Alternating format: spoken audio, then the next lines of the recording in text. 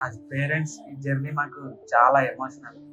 First time నేను conceive అని తెలియగానే మా బావ చాలా హ్యాపీగా ఫీల్ అయ్యాడు.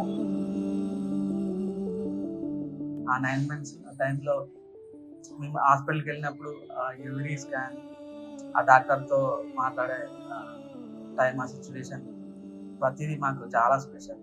నా కడుపులో చింతలు ఉన్నప్పుడు కికింగ్ సౌండ్ అయినా అంటే ఆ సౌండ్ నాకు చాలా ఎక్సైట్మెంట్గా ఉండేది. అది ఇప్పటికీ నేను మర్చిపోలేను.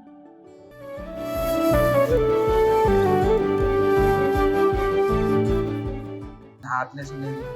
ఆ మూమెంట్స్ అసలు ఇప్పటికీ నేను మర్చిపోలేను. తను వచ్చాక అంతా మా లైఫ్ అంతా చేంజ్ అయింది. పేషెంట్ థియేటర్ బయట ఉన్నా, అసలు ఆ టైంలో ఆ సిచ్యువేషన్లో చాలా టెన్షన్ ఉండే నాకు. నేను అక్కడ అలా టెన్షన్తో అటు ఇటు తిరుగుతున్నప్పుడు సడన్గా బేబీ క్రై, తను ఏడ్చింది. అది ముఖ్యంగానే అసలు ఆ మూమెంట్లో అసలు చాలా సంతోషంగా అనిపిస్తున్నాను. ఆ ఫీలింగ్ అసలు చెప్పలేను, మాటలు ఎక్స్ప్లెయిన్ చేయలేను. తను బావకి పాపనే కావాలనుకున్నాడు, పాపే వచ్చింది.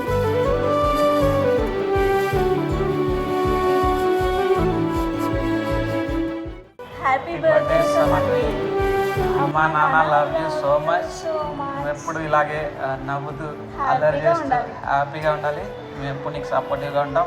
చాలా స్ట్రాంగ్గా ఉండాలి. Be happy. Forever. Love you so much.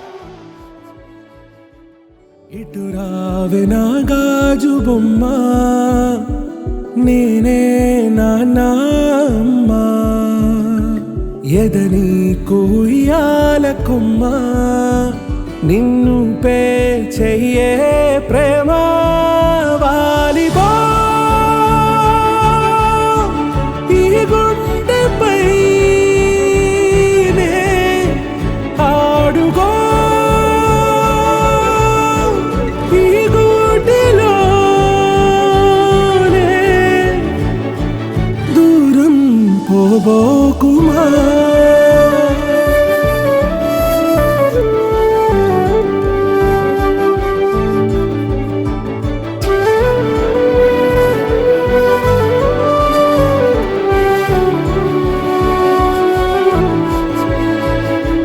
చిన్ని చిన్ని పాదాలని నేలైనే మోయనా,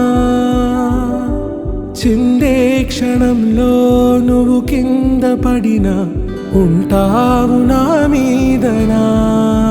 నీ చెంతే రెండు చెవులుంచి బయలెల్లనా, ఏ మాట నీ నోట మోగించిన వెను వింటే వింటానే. రానా నిమిషంలోనా నన్నే వదిలేసైనా, తుళ్ళే తుళ్ళే నీ శ్వాసకి కాపై నేనుండనా, ఉచ్ఛ్వాసనైనా నిశ్వాసనైనా మేలించి పంపించనా. ఏకాంతులైనవి నన్ను దాటాకనే ఆ రోజు చేరాలి నీ చూపునే నీరపై ఉంటానే. పాపా కంటి పాపా, నా పాపా కంటి పాపా.